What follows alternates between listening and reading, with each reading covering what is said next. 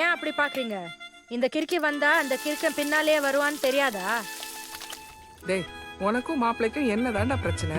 இவனும் சொல்ல மாட்டான், அவனும் சொல்ல மாட்டான். உட்காருங்க மாப்பிள்ள.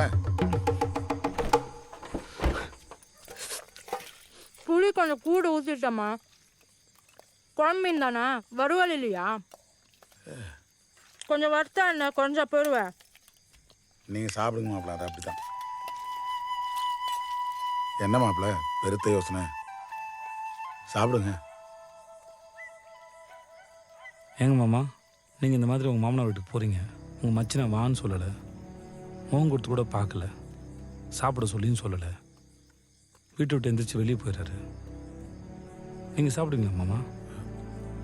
மாப்பிள்ள அது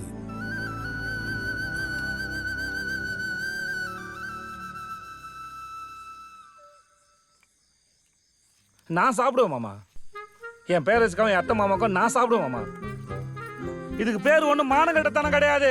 நான் உங்க மேலே வச்சிருக்க பாசம். என் பேரண்ட்ஸ்க்கு எவ்வளோ தேவைனாலும் பண்ணுவாம்மா. அவளுக்கு தான் எனக்கு புரிய மாட்டேங்குது. பெருசு பெருசு பெருசு தண்ணி விடு, தண்ணி விடு.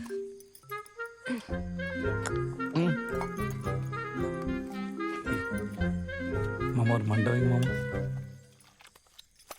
ஏன் போட்டு இன்னுமா கெஞ்சிக்கிட்டு இருக்கா? யாரு ஓ மைனா? மாமியார் வீட்டுல நல்ல கறி சோத்தை தின்னுபிட்டு பொண்டாட்டி கை காலுக்கு சுளுக்கு எடுத்துக்கிட்டு இருப்பான். ரெண்டு கண்ணம் சந்தன கிண்ணம் தொட்டுக்கொள்ள ஆசைகள் துள்ளும். ரெண்டு கண்ணம் சந்தன கிண்ணம் தொட்டுக்கொள்ள ஆசைகள் துள்ளும். பூவை கையில் பூவை அள்ளி கொடுத்த இதுல பார்த்தா சண்டை போட்டு வந்த மாதிரி தெரியலையே. கையில் மனம் வீசுது இன்னும்.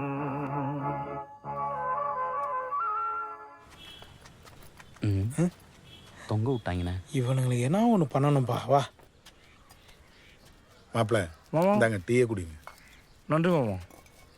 மாப்பிள்ள வர்த்தெல்லாம் ஒன்றும் இல்லையே. பிரமாதமாக போயிட்டு இருக்கு மாமா. நீங்கள் ஒன்றும் கன்ஃபியூஸ் ஆகிக்காதீங்க.